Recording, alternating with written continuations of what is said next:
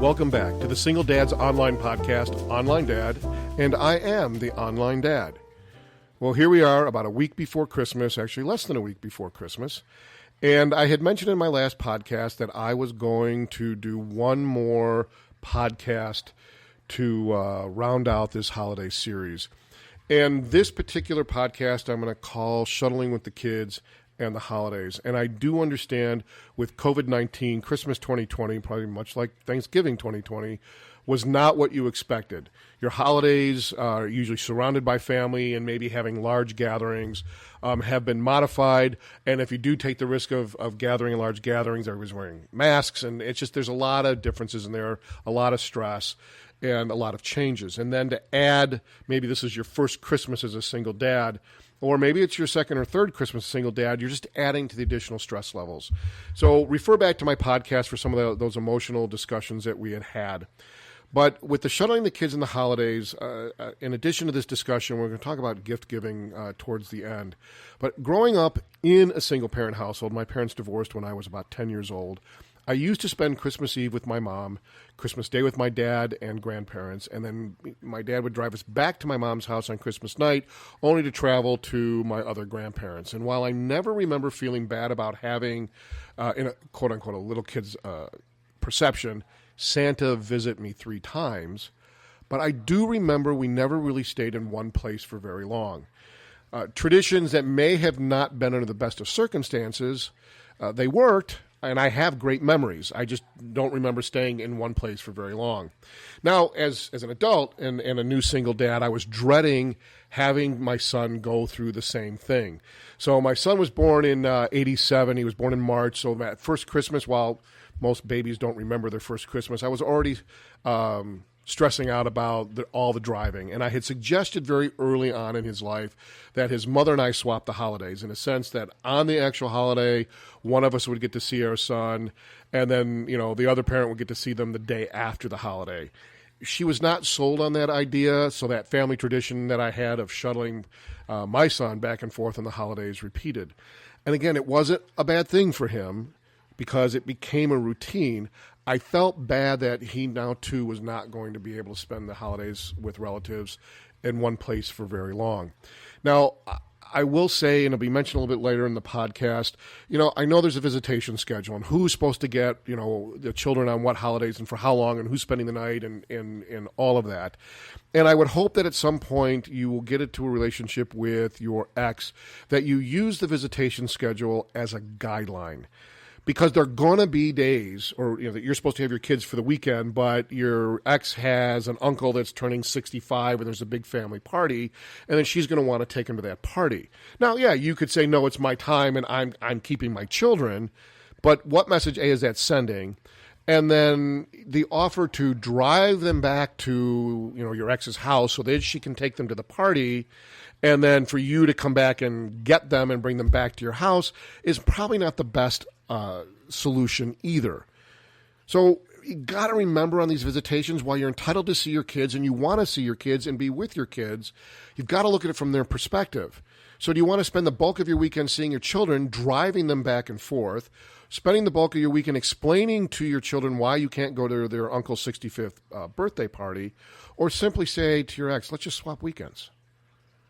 And then so she keeps them that weekend. You can call them. You might even coordinate, meeting for dinner or something. But, let them stay there, and then the following weekend you get them. And does that mean you might have them 2 weekends in a row? Yes. Does that mean it might say, okay, next weekend you'll have them, and then it goes back to mom, and it kind of flip-flopped? Yes to all of that. There's nothing wrong with that. And then I would say with my son's mother and I, very early on, within a few years, we started doing that. We started doing that, using it as a guideline, even to the point where, like on Christmas Day, where she was supposed to have them, say, you know what, let's meet at 8 o'clock in the morning. You can take Tommy and spend Christmas Day. I just need him back by 8 o'clock.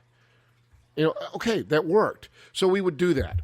But then when my son moved in with me back around his sophomore year in high school because his mom was relocating to another state, it changed that dynamic. It more or less, she demanded that she get to see him for the entire holiday. So that meant, Christmas, Thanksgiving, Christmas, and New Year's.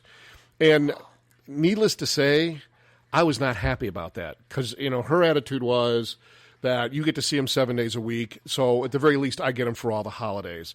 And many phone conversations over several weeks ensued, and there was no resolution. So one day, going round and round on this, I just finally came to a decision. Now, keep in mind, my son was 15, 16 years old. He wasn't 10, he wasn't 9, so he was a teenager. So I just simply said to him that his decision, this decision to where he's going to be for the holiday season was really not my choice or his mother's choice to make. So I told him I loved him, and I wanted to spend the holidays with him. However, I did not think it was fair for his mother and I to treat him like a piece of property. And that's kind of what was happening, is that he's mine, no, he's mine, and it isn't fair. And I am sure, in spite of my best efforts, he overheard some phone conversations, and I'm sure there was some discussions with his mother that I'm not aware of. So I just gave him the choice. I just reassured him that he would not hurt my feelings if he decided to stay with his mom, and I would respect his decision. And he had to do what was the best for him. So, yeah, it meant that I was usually without my son on Thanksgiving and Christmas. But I talked to him on the holiday. We opened our gifts when we got back. I found things to do and create new traditions for me.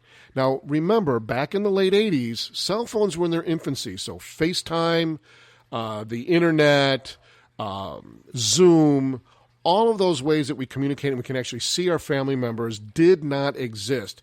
So more often than not, you needed to be near a landline to talk to your children.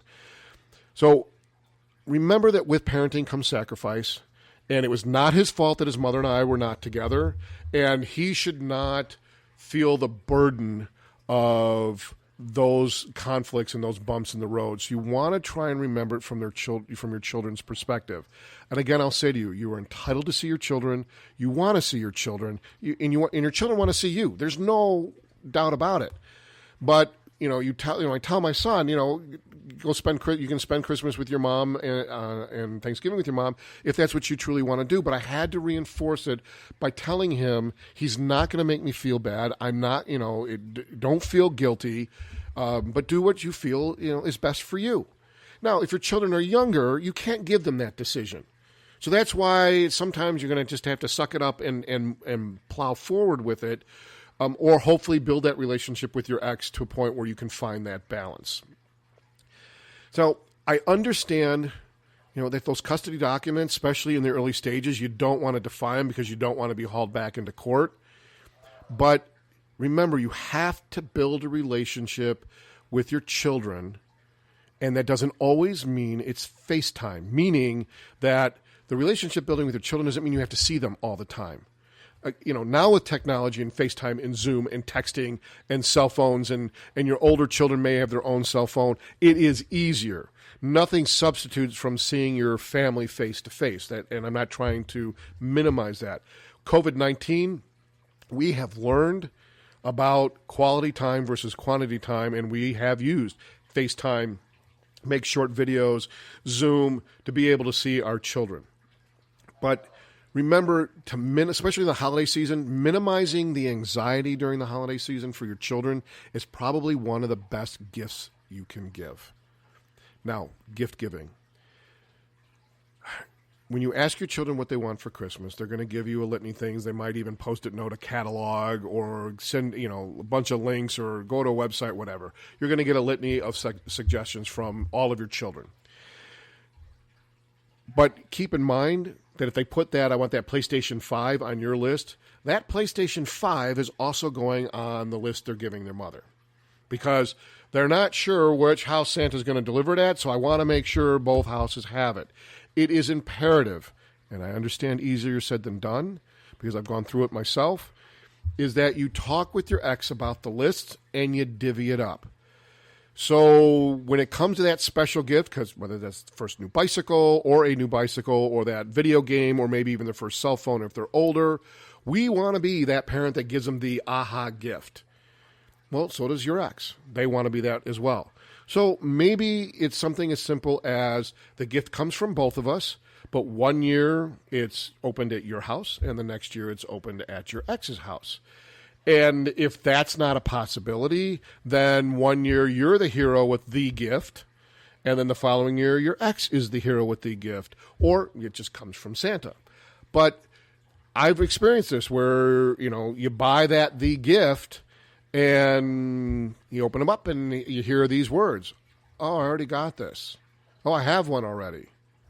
That's why the communication is important, because think about it from the kid's perspective. Opening gift that you already received is kind of disheartening because they think they're getting something new and it's something that they already have. So it's real important that you talk to your ex and make sure that those gift ideas, that they're split up and you're not getting duplicate gifts. And I'm not necessarily saying, you buy your kids Christmas sweaters and oops, your ex actually bought the identical Christmas sweater. That's a whole different thing. I'm talking about those special gifts that you buy with your kids. And that list should be divvied up amongst the family that also buys for your children. So if they give you a list of 10 or 20 things, that doesn't mean you have to buy all 10 or 20 things. No matter how much guilt you're feeling about being in a single-parent environment or trying to make the Christmas special, don't break the bank and max out the credit cards. Just like you would do if you were together with your ex, you take that list and you divvy it up amongst the family. So they all get something. There's nothing wrong with each child opening a few gifts at Christmas. The message of Christmas is not the amount of toys they get. It's about being together and the celebration of the holidays and the tradition of the holidays. And that doesn't necessarily mean you've got to put $4,000 or $5,000 worth of gifts under the tree for them. So we got to get back into that spirit of Christmas. And being a single parent, your money situation may not be what it was when you were together. And now with COVID-19, same thing. You may have been out of a job, working part-time. Your paychecks have been reduced because the income's not coming in for the businesses. So they're trying to keep you employed, but yet, trying to work within their financial means. So there's a lot of reasons why Christmas may not be financially as satisfying as it was in years past. It's real important that when you finish off the holidays, you assess what worked and what didn't work. Even ask your kids, hey, what did you like about this Christmas? What didn't you like about this Christmas? And what can we do to make it better for next year? Now, you're going to get, more presents. I get it. Ride with it. Okay. Just say, take the more presents out of the side. What did you think about this tradition this year? What did you think about going to, Uncle Sam and Aunt Jenny's house for Christmas instead of being at our house?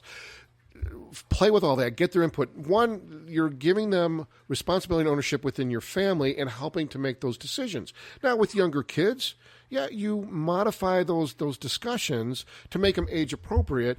And, and you may have to make decisions that they say, hey, they weren't really thrilled about, but it's something that you want to continue. And that's fine too. So in closing, I want to wish all of you out there a very Merry Christmas. Hanukkah's coming to a close, so happy Hanukkah there and a blessed New Year. I'll probably do a podcast just before the New Year's about New Year's resolutions. But just remember, your kids love you unconditionally. It's not about the number of gifts, what you do, or how you do it to make it a Disneyland dad type of Christmas. It's about being with them. They love you unconditionally. You should love them unconditionally. And take some of that guilt that you might have and just kind of put it to the side and make it realistic. They're going to have a good time. They're going to enjoy being with you. And just remember that. You are an awesome dad. You are. In spite of the reason why you became a single parent, you are awesome. And your kids know that. They love you unconditionally. They may not be happy with you all the time, but that's fine. We all get mad at the people that we love. We all get frustrated at the people that we love, but we don't love them any less. So trying to make the Christmas holiday season the best they've ever had may cause more stress, may cause more anxiety. So remember, minimizing the anxiety is probably the best gift you can give to your children, and you'll make it work. Feel free to check my website out at www.singledadsonline.org. And there's some suggestions in there, other articles regarding the Christmas holidays, and some, I call them bullet points of parenting ideas for you. Feel free to email me. Click the email link and on the website, and feel free to email me with things that have worked for you, as well as suggestions for me going forward. So I want to again wish you all a happy holiday season. Looking forward to your next podcast, and Merry Christmas.